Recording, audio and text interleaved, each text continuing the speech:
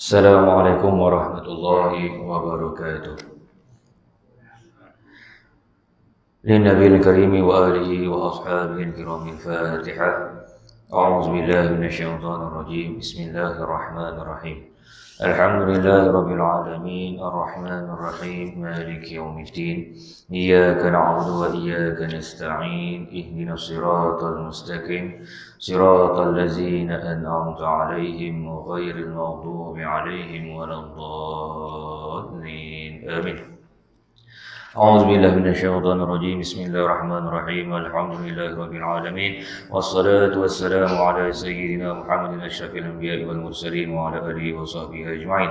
اللهم فقهنا في الدين وعلمنا تأويل واهدنا إلى صراطك المستقيم صراط الذين أنعمت عليهم من النبيين والصديقين والشهداء والصالحين وحسن أولئك رفيقا يا أرحم الراحمين. وصلى الله على سيدنا محمد وعلى آله وصحبه وسلم والحمد لله رب العالمين. الحمد لله الذي أرسل رسوله بالهدى ودين الحق ليظهره على الدين كله ولو كره الكافرون. أشهد أن لا إله إلا الله وحده لا شريك له وأشهد أن سيدنا محمدا عبده ورسوله. اللهم صل وسلم على سيدنا محمد وعلى آله وأصحابه ومن تبعه بإحسان إلى يوم الدين. سبحانك لا علم لنا إلا ما علمتنا إنك أنت السميع العليم وتب علينا إنك أنت التواب الرحيم. قال رب اشرح لي صدري ويسر لي أمري واحلل عقدة من لساني يفقهوا قولي. رضينا بالله ربا وبالإسلام دينا وبمحمد نبيا ورسولا أما بعد. Yang dihormati pengerusi Masjid Jami' Farid Kasih beserta dengan ahli jawatan kuasa yang saya muliakan, Tuan Imam, Tuan Bilal, Tuan-tuan haji, tuan-tuan yang dirahmati Allah sekalian. Alhamdulillahirabbil alamin, segala puji bagi Allah Tuhan sekalian alam, kerana pada malam ini dipertemukan kita dalam kuliah ilmu setelah lama kita tangguhkan, lebih kurang 2 bulan. Sempena kita menghormati bulan Ramadan dan juga bulan Syawal. Diharapkan di Farid Kasih ni dah habislah dia punya marhabannya. Takut-takut belum habis. Sebab orang Johor ni dia unik sikit. Dia sambut hari raya sampai jumpa hari raya haji nanti. Maulidur Rasul pun dia boleh buat 3-4 bulan. Kalau raya pun boleh juga. Mudah-mudahan tuan-tuan kita berada dalam keadaan yang sihat walafiat. Alhamdulillah kita dapat melaksanakan ibadah puasa kita pada tahun ini dengan cukup sempurna. Kita dapat solat sunat tarawih berjemaah yang sebelum ni lebih kurang setahun 2 ni kita tak dapat berjemaah bersama-sama. Jadi mudah-mudahan apa amalan-amalan yang kita lakukan dalam bulan Ramadan diharapkan dapat diteruskan pada bulan-bulan yang lain. Kalau sebelum ini bulan Ramadan tiap-tiap malam kita boleh tadarus Al-Quran, kenapa masuk bulan lain kita tak boleh membaca Al-Quran setiap hari? Jadi diharapkan kita dapat teruskan istiqamah amalan-amalan yang kita buat dalam bulan Ramadan ini, kita teruskan pada bulan-bulan yang lain. Sekarang dah masuk bulan Zulqa'dah, tak lama lagi akan masuk bulan Zulhijjah. Kita akan jumpa dengan raya haji. Tapi sebelum itu tuan-tuan saya mohon ampun dan maaf sekiranya tak sempat nak ucap selamat hari raya. Jadi kita ucapkan selamat hari raya lah. Mudah-mudahan sebelum ini kalau ada percakapan saya yang menyinggung hati tuan-tuan, saya mohon ampun dan maaf lah. Mudah-mudahan kita sama-sama tuan-tuan. Baik, pada malam ini kita sambung pengajian kita berkenaan dengan dalam kitab Mustikah Hadis. Ketika hadis Rasulullah sallallahu alaihi wasallam berkenaan dengan bab iaitu iman, Islam dan juga ihsan. Masih belum habis lagi tuan-tuan, kita sampai kepada rukun iman yang keenam, iaitu beriman kepada qada dan qadar. Beriman kepada qada dan qadar. Hadis yang kita bacakan dah panjang, iaitu berkenaan dengan hadis Islam, iman dan juga ihsan. Jadi adanya qada, adanya qadar Allah Subhanahu wa taala. Maka tuan-tuan, apabila orang kata qada dan qadar, dia bukan satu perkataan, tetapi dia dua perkataan, iaitu qada, qadar. Sebab itu dipanggil qada dan qadar. Apakah perbezaan di antara qada dan qadar? Qada dari sudut bahasa Arab bermaksud meletakkan dan memutuskan sesuatu hukum. Manakala dari sudut syarak, qada ialah perkara yang diputuskan oleh Allah Subhanahu wa taala terhadap segala makhluknya, sama ada dari sudut menciptakannya, mentiadakannya atau mengubahnya. Bermaksud qada ini adalah perkara yang diputuskan oleh Allah Subhanahu wa taala. Manakala qadar pula dari sudut bahasa Arab adalah bermaksud menetapkan suatu kadar yang tertentu. Dari segi syarak pula, qadar ialah perkara yang telah ditetapkan kadarnya oleh Allah Subhanahu wa taala semenjak azali, selaras dengan ilmunya yang mendahului setiap perkara. Maka beriman kepada qada dan qadar bererti menerima segala ketentuan dan ketetapan Allah Subhanahu wa taala dengan hati yang redha. Bermaksud qada dan qadar ini telah pun ditentukan oleh Allah Subhanahu wa taala. Maka sebagai hamba Allah, sebagai makhluk yang diciptakan oleh Allah, kita wajib beriman kepada qada dan qadar. Ini rukun iman yang keenam. Berkaitan dengan rukun iman yang keenam ini, Rasulullah sallallahu alaihi wasallam bersabda dalam satu hadis yang diriwayatkan daripada Abu Darda radhiyallahu anhu, yang bermaksud setiap sesuatu pasti ada hakikatnya. Tidak akan sampai seorang hamba kepada hakikat keimanan sehinggalah dia mengetahui bahawa sesungguhnya apa yang ditimpanya tidak akan dapat dielaknya, dan apa yang tidak mengenainya pasti tidak akan menimpanya. Bermaksud sesuatu ketetapan ini telah ditetapkan oleh Allah Subhanahu wa taala kepada setiap makhluk. Maka kalau Allah dah tetapkan perkara itu akan terjadi, maka dia akan terjadi. Manakala kalau Allah kata perkara itu tak akan terjadi, dia tak akan terjadi. Hadis diriwayatkan oleh Al-Imam Ahmad. Diriwayatkan oleh Sayyidina Umar bin Al-Khattab radhiyallahu anhu. Jibril alaihissalam bertanya kepada Nabi sallallahu alaihi wasallam, "Beritahu akan aku berkenaan dengan iman." Lalu baginda Rasulullah bersabda, "An tu'minu billahi wa malaikatihi wa kutubihi wa rusulihi wal yaumil akhir wa tu'minu bil qadari khairihi wa syarrihi."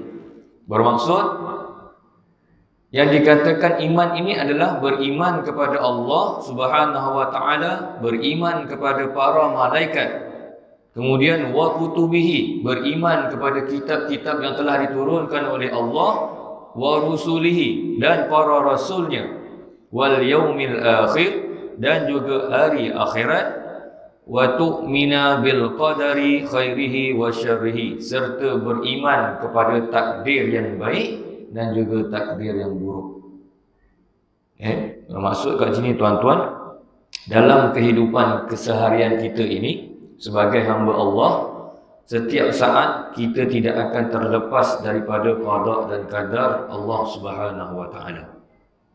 Semua yang berlaku adalah dengan ketentuan dan ketetapan daripada Allah Subhanahu wa taala, kerana dalam surah Al-Qamar ayat 49 Allah Subhanahu wa taala menjelaskan, inna kulla syai'in khalaqnahu biqadar.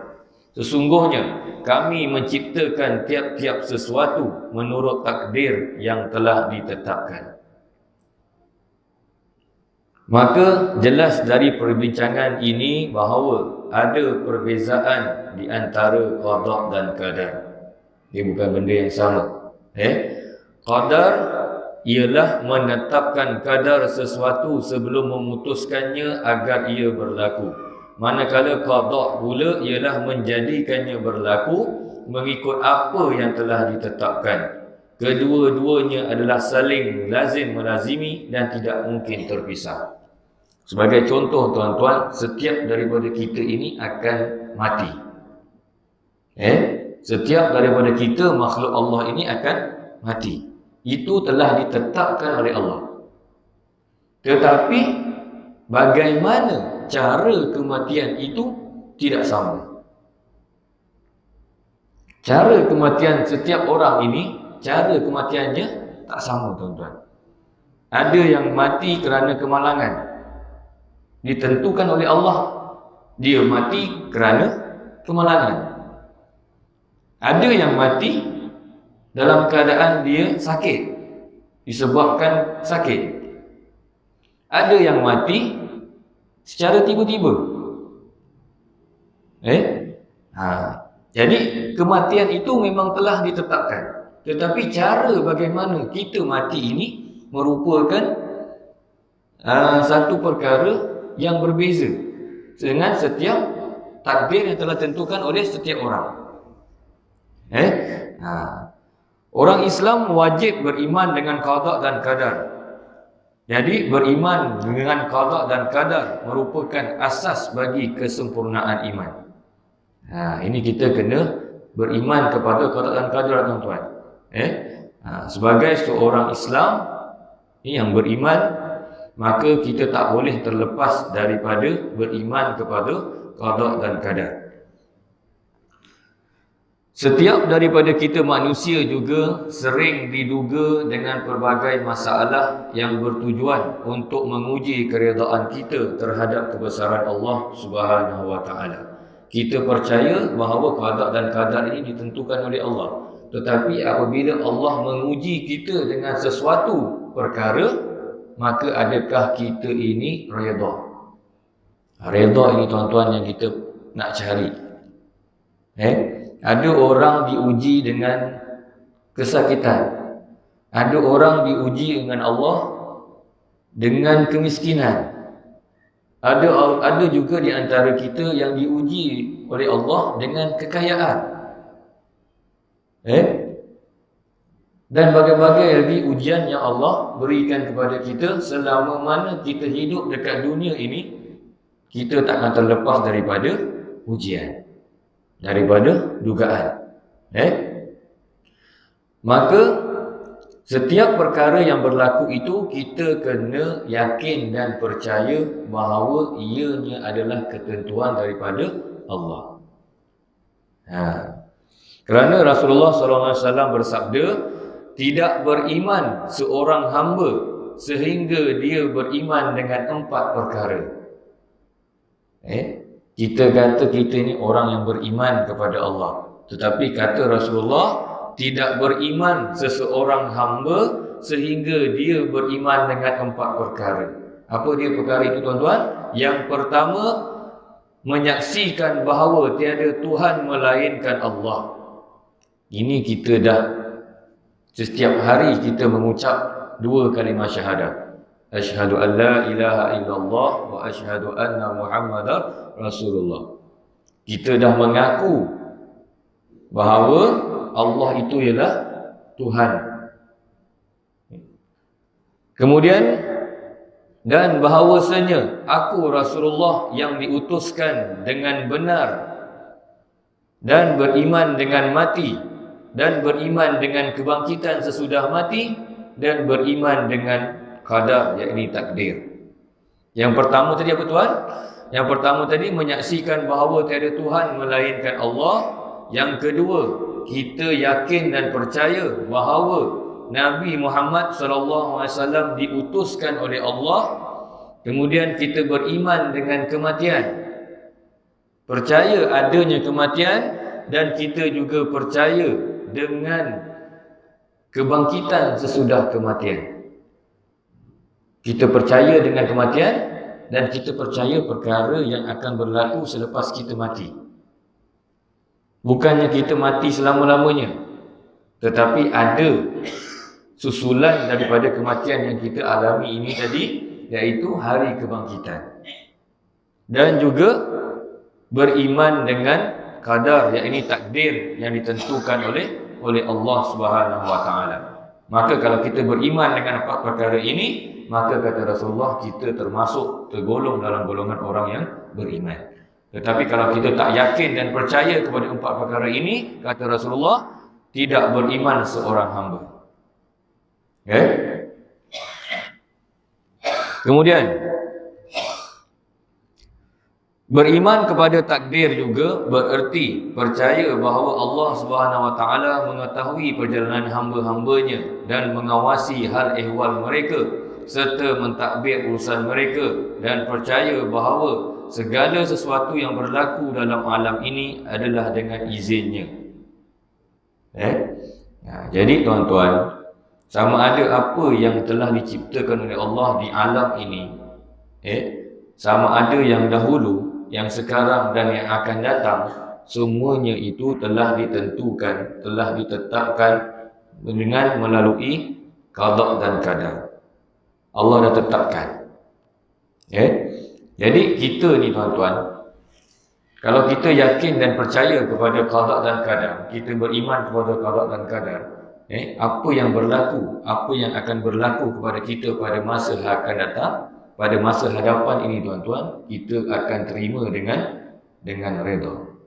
Sama ada takdir yang diberikan oleh Allah itu sama ada takdir yang baik ataupun takdir yang tak baik. Sebab apa tuan-tuan? Sebab kalau orang kata, kalau kita ini ditimpa sesuatu musibah, kan, kadang-kadang rakan-rakan kita datang ziarah kita, cakap sabarlah. Kadang-kadang kita ni ditimpa ujian oleh Allah, diberikan ujian oleh Allah, kadang-kadang kita ni tak dapat bersabar. Allah uji kita dengan kesakitan sebagai contoh. Kadang-kadang kita mengeluh, kenapa Allah ni asyik uji aku je? Kenapa orang lain yang buat dosa, yang banyak melakukan maksiat, Allah tak uji dia? Kenapa aku ni orang yang selalu pergi masjid, orang yang tak tinggal solat, orang yang tak tinggal puasa, kenapa aku sahaja yang diuji oleh Allah? Bila lah nak baik penyakit aku ni? Kan? Kadang-kadang tuan-tuan kita ni mengeluh dengan apa yang diberikan ujian oleh Allah. Kita tak percaya, kita tak yakin bahawa qada dan qadar Allah itu telah pun ditentukan.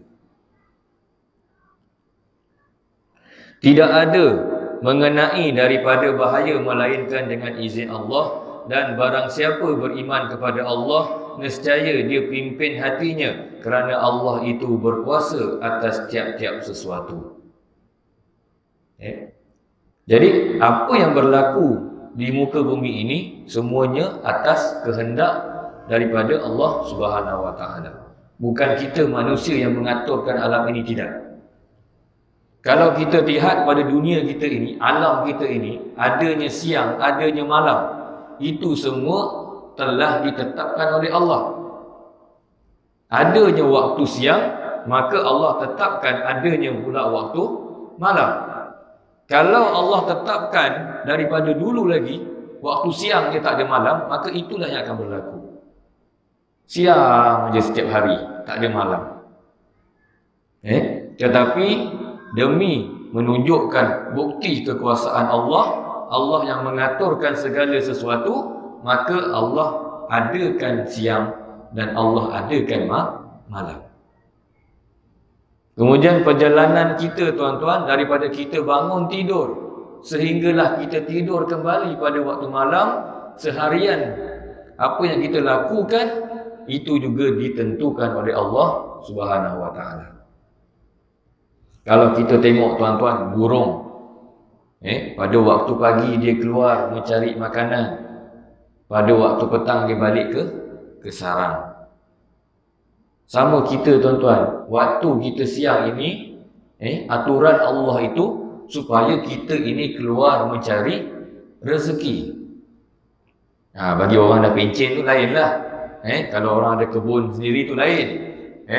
Tapi kalau orang yang bekerja pada waktu siang inilah Allah tetapkan waktu siang ini manusia akan keluar untuk cari rezeki. Bukan manusia je tuan-tuan, haiwan pun sama. Keluar pada waktu pagi mencari makanan. Kita juga manusia keluar pada awal pagi untuk mencari rezeki. Manakala pada waktu malam itu tuan-tuan, Allah dah tetapkan setelah waktu siang kita mencari rezeki, kita dah penat, maka Allah ciptakan, Allah adakan malam supaya kita beristirahat. Nampak tak tuan-tuan? Aturan yang Allah tetapkan kepada kita ini sangat cantik.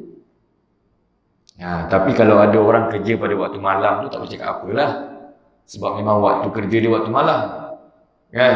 Sebagai contoh kerja kilang, dia ada shift dia. Kadang-kadang seminggu dia shift siang, kadang-kadang seminggu dia shift malam. Sedangkan Allah ciptakan malam itu untuk rehat. Tapi dia dah terbalik pula kan. Itu telah pun ditentukan oleh Allah juga. Kemudian, dan segala apa yang berlaku di alam ini tidaklah terjadi dengan sendirinya. Bahkan alam dan segala yang berlaku di dalamnya adalah menurut ketentuan kudrat Allah Subhanahu wa taala. Kalau kita tengok contoh sebagai contoh kejadian banjir, gempa bumi, tsunami dulu yang berlaku, semuanya itu ketentuan Allah. Kemudian Allah Subhanahu wa taala berfirman juga, sesungguhnya tiap-tiap sesuatu yang kami telah jadikan ianya dengan ukuran. Ayat ini membawa pengertian bahawa segala kejadian yang berlaku pada alam dan diri manusia adalah menurut ukuran atau kadar. Contohnya, sihat dan sakit, dia ada lawannya. Dia ada lawan dia. Ukurannya ada. Orang yang sihat mesti Allah akan uji dia dengan sakit. Tuan-tuan pernah jumpa ke orang yang sentiasa sihat je? Tak ada. Dekat dunia ni Allah beri kita kesihatan yang baik, dalam masa yang sama juga Allah akan uji kita dengan kesakitan. Allah beri kita sihat lama Allah beri kita sihat, tetapi Allah uji kita sakit dalam masa yang singkat. Adakah kita redha, kita ikhlas, kita terima ujian yang Allah berikan? Setengah tahun tak sakit, tiba-tiba sebulan tu Allah bagi sakit. Itu pun kita masih lagi tak terima ketentuan yang telah ditetapkan oleh Allah.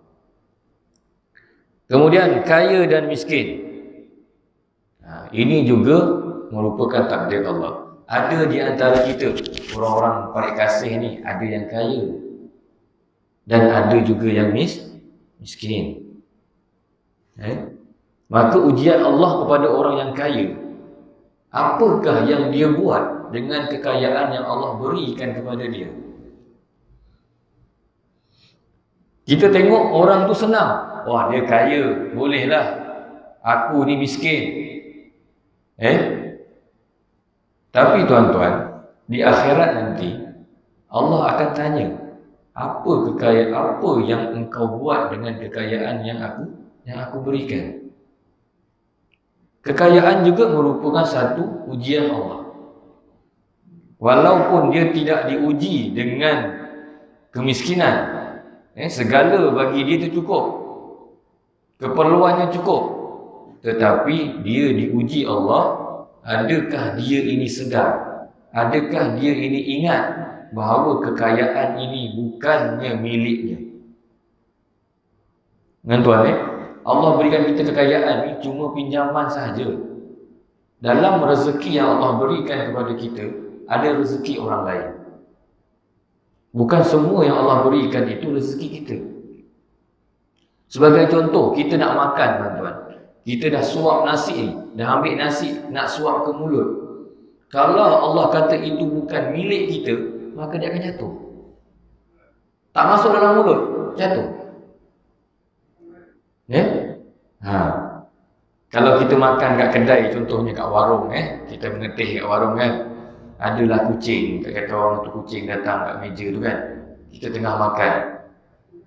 Kalaulah kita percaya dan yakin bahawa rezeki ini bukannya milik kita semua, maka kita kongsi sikit. Kan ada di antara kita kadang-kadang dibagi apa sikit ayam goreng ke apa dia lagi, kucing makan kan. Sebab dalam rezeki kita itu bukan semuanya milik kita. Ada milik orang lain yang kita kena berkongsi. Itu dia. Kemudian orang yang miskin itu juga tidak Allah uji dia dengan kemiskinan sahaja. Ada orang miskin tetapi dia diberikan kesihatan yang baik, dia sihat. Ada orang kaya sakit, duit banyak tapi macam-macam penyakit. Orang miskin sihat walafiat. Allah uji dia dengan kemiskinan, mungkin tak cukup dari segi keperluan dan sebagainya, maka orang kaya lah yang akan membantu. Dalam bulan Ramadan, tuan-tuan, kita banyak bersedekah. Adakah selepas bulan Ramadan ini kita tengok jiran-jiran kita satu kampung ini, saudara mara kita satu kampung ini susah, adakah kita terus tolong? Ataupun dalam bulan Ramadan saja, lepas tu dah habis. Kemudian ajal dan tempat kematian serta segala yang berkaitan, itu semua merupakan qada dan qadar yang telah ditentukan oleh Allah Subhanahu wa taala. Namun begitu, kita tidak boleh menyerahkan diri kita kepada Allah semata-mata tanpa berusaha. Itulah tuan-tuan. Orang yang miskin, janganlah dia terus miskin. Perlulah berusaha supaya dapat keluar daripada kemiskinan. Janganlah takdir, qada dan qadar, takdir yang ditentukan oleh Allah itu kita terima saja, tanpa kita berusaha mengubah ke arah yang lebih baik. Kan? Orang yang tak pandai, kalau dia berusaha dengan bersungguh-sungguh, dia akan menjadi orang yang pandai.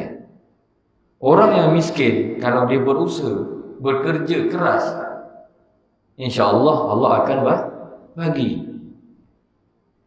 Jangan kita menyerahkan kepada Allah semata-mata tanpa berusaha. Seseorang yang beriman akan menerima semua takdir itu dengan jiwa yang tenteram.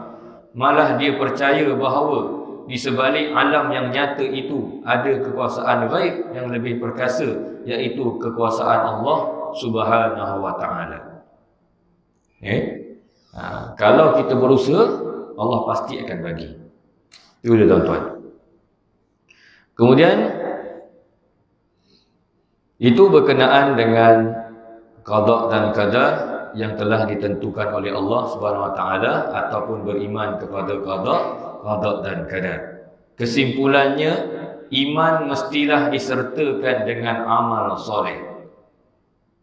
Iaitu kita beriman kepada Allah, beriman kepada Rasul, beriman kepada malaikat, beriman kepada kitab, beriman kepada hari kiamat, beriman kepada qada dan qadar. Iman ini mestilah disusuli dengan amal soleh. Kerana amal soleh melaksanakan segala perintah Allah dan meninggalkan segala larangannya. Iman tanpa amal yang mulia tidak mendapat tempat dalam Islam. Kalau kita ini beriman sahaja kepada rukun iman, tetapi kita tidak beramal dengan amal yang soleh, maka dia tidak mendapat tempat di dalam Islam. Maka jelaslah bahawa Islam dan iman akan membentuk seseorang Muslim sejati yang tunduk dan patuh kepada Allah Subhanahu wa taala secara zahir dan batin. Itu dia tuan-tuan, iman Islam dan juga iman ini tak boleh kita pisahkan. Iman juga tidak boleh diwarisi, kan? Walaupun ayah kita ini daripada keturunan yang hebat, arwah atuk kita dulu, arwah bapa kita dulu orang yang hebat, tetapi kita ini tuan-tuan tak boleh mewarisi iman daripada keturunan kita. Iman ini kita perlu berusaha sendiri untuk menjadikan diri kita ini beriman kepada Allah dengan sebaik-baiknya.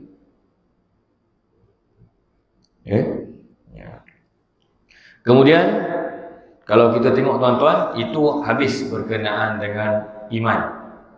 Hadis yang kita baca berkenaan dengan Islam, berkenaan dengan iman, dan juga berkenaan dengan ihsan. Iman, Islam, iman dan juga ihsan. Tuan-tuan kita tengok pula ihsan. Berkenaan sedikit berkenaan dengan ihsan. Ada masa lagi? Ada Ihsan menurut pengertian yang disebutkan dalam hadis, iaitu kita menyembah Allah Subhanahu wa taala seolah-olah kita melihatnya.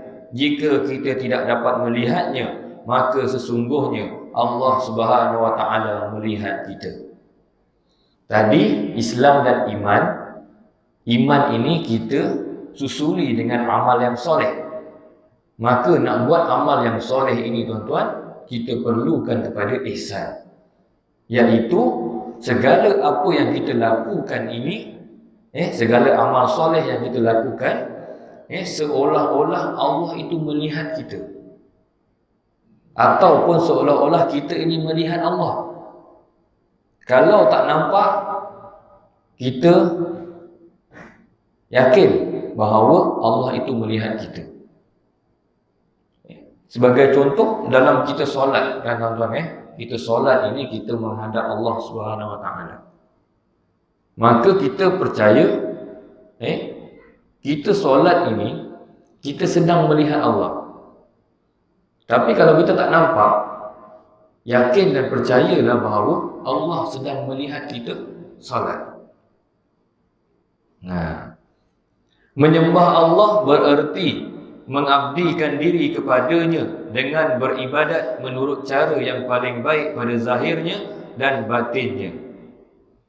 Ibadat yang dilaksanakan menurut hakikat ihsan mestilah ditumpukan kepada Allah semata-mata, tidak kepada yang lain atau kerana orang lain. Ini dia tuan-tuan. Ini yang berkenaan dengan niat kita. Ihsan ini kita beribadah semata-mata kerana Allah.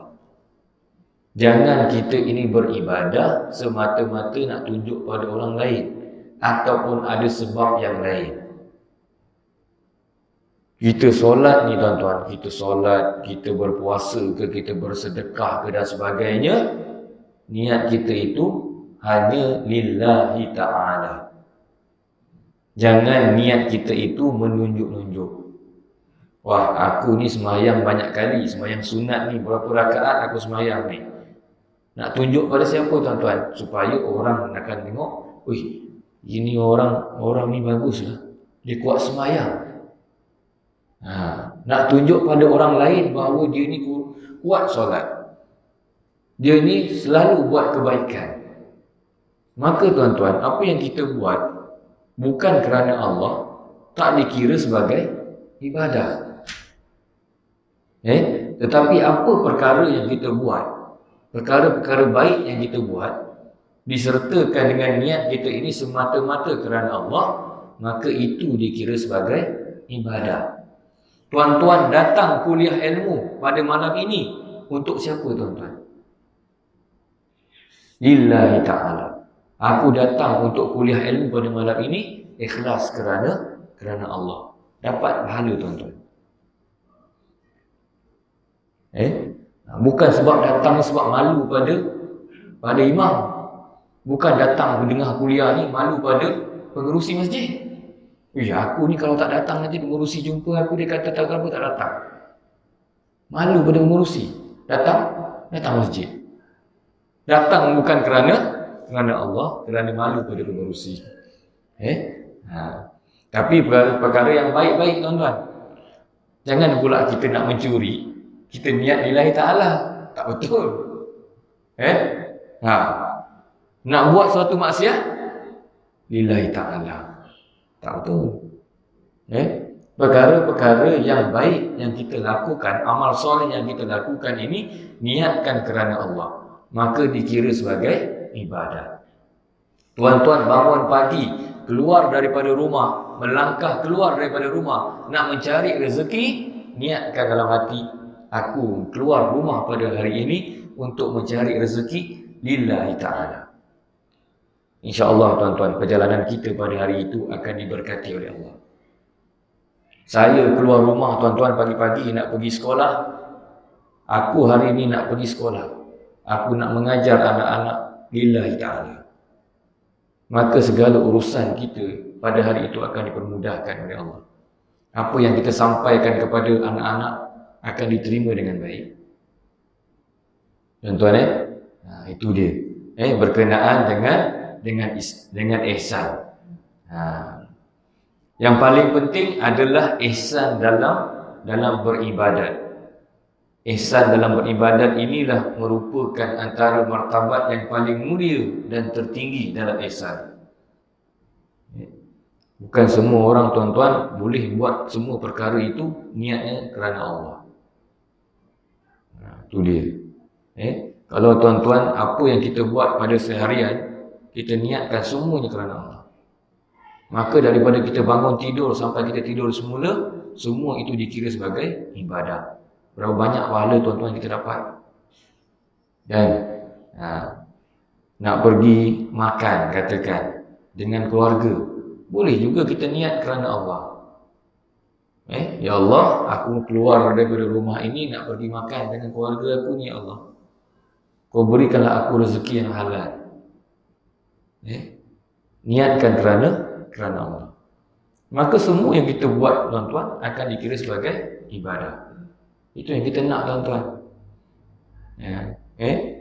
Benda yang senang untuk kita dapatkan keredaan Allah, untuk kita dapatkan kerahmatan daripada Allah, dengan niat kerana Allah. Itu saja.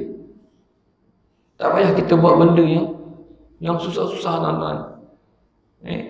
Kena bangun tahajud setiap malam. Memang bagus tuan-tuan bangun tahajud setiap malam. Siapa dapat buatlah, teruskan. Tapi perkara itu kadang-kadang tak semua orang boleh buat. Tak semua orang boleh bangun tahajud setiap malam. Cukuplah sekadar apa yang kita buat seharian ini kita niatkan kerana Allah, maka dikira sebagai ibadah. Cukup tuan-tuan. Tapi kalau kita niatkan tak ada niat, saja keluar rumah pagi-pagi pergi kerja, nak makan pun tak ada niat kerana Allah, maka semua yang kita buat itu perkara yang tak ada apa-apa lah. Sekadarnya sahaja. Jadi itu sahaja tuan-tuan untuk malam ini. Mudah-mudahan segala apa yang dikongsikan pada malam ini sedikit sebanyaklah tuan-tuan. Tak payah lama-lama lah kan. Ini masing-masing lagi nanti baru mula kuliah kan. Jadi mudah-mudahan tuan-tuan apa yang dikongsikan pada malam ini berkenaan dengan qada dan qadar, berkenaan dengan ihsan, akan dapat kita faham dan kita sampaikan kepada yang lain tuan-tuan. Jadi insya-Allah marilah kita sudahi dengan membaca tasbih kafarah dan juga suratul Asr. Subhanakallahumma wa bihamdika asyhadu an la ilaha illa anta astaghfiruka wa atubu ilaik. Bismillahirrahmanirrahim. Wal 'asr innal insana lafi khusr illa alladhina amanu wa 'amilus solihat wa tawasaw bil haqq wa tawasaw bis sabr. Wabillahi taufiq wal hidayah. Wassalamu alaikum warahmatullahi wabarakatuh.